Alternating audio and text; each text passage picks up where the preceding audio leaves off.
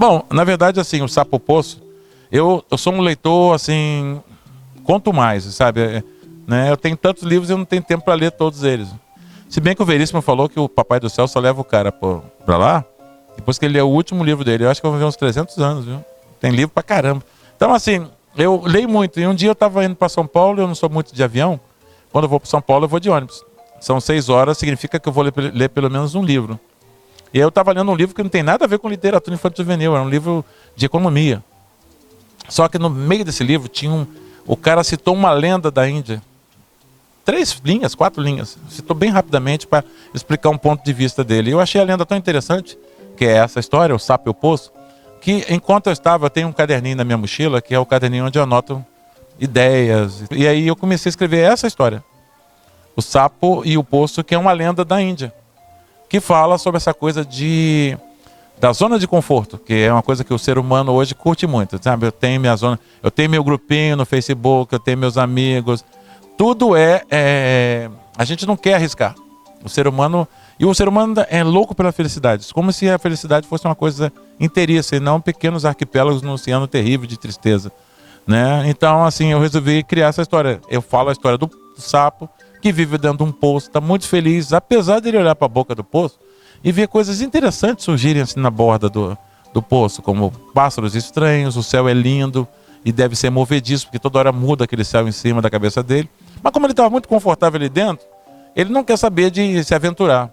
Eu acho até que dá para fazer umas certas comparações com o mito da caverna do Platão, né? Até certo ponto, apesar do Platão ser bem depois desse período, que é uma lenda não só da Índia, é uma lenda sânscrita, né? E eu achei legal e adaptei. E uma coisa que eu sempre chamo a atenção desse livro, que foi meu primeiro contato com esse cara aqui, ó, Jean-Claude Alphen, que é um ilustrador que eu sou simplesmente apaixonado pelo trabalho dele. Então eu pedi, as irmãs foram muito sensíveis e conseguiram o Jean-Claude para mim. Eu não vou contar o final da lenda, né, da história do sapo e o poço, da relação, mas é bem interessante. Fala muito apesar de ser uma lenda de milhares de anos, fala muito dos dias de hoje, por mais estranho que possa parecer, né?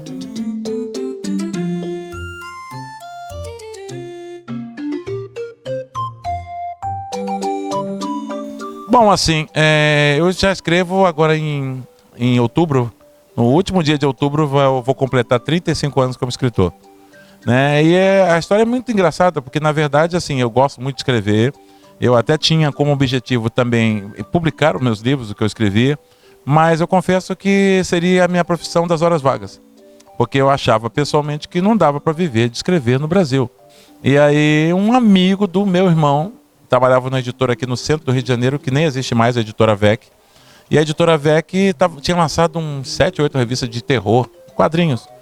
E tinha muito desenhista, mas não tinha roteiristas. Então o editor, num acesso de loucura, começou a pedir às pessoas que trabalhavam na editora se conhecia alguém que escrevesse, que tivesse interessado. E esse amigo do meu irmão falou: o meu amigo tem um irmão que escreve e adora quadrinhos. Aí o cara, traz ele aqui. Aí eu fui lá de farra, né?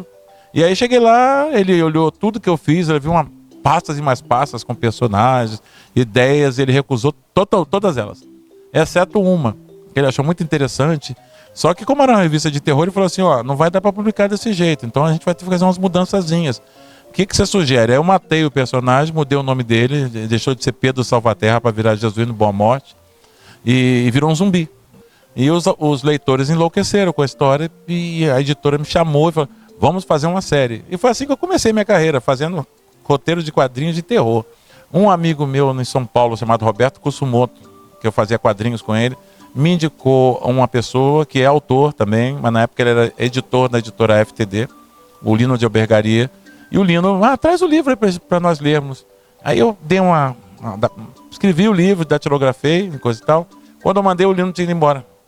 Aí a outra editora que entrou não quis. E eu saí peregrinando com o meu livrinho Infanto Juvenil, até chegar numa editora que nem existe mais, atual, que agora é do Grupo Saraiva. E eles... o cara gostou, mas demorou 2 anos para o livro sair. Eu já estava feliz que o livro saiu, mas só que o livro, além de sair, me deu o prêmio de autor revelação, o prêmio Jabuti. Aí um dia, numa das feiras de livros que eu frequentei, eu encontrei uma irmã que eu nem sei se ainda está na Paulinas, pelo menos no editorial, acho que ela não está mais, que é a irmã Belém.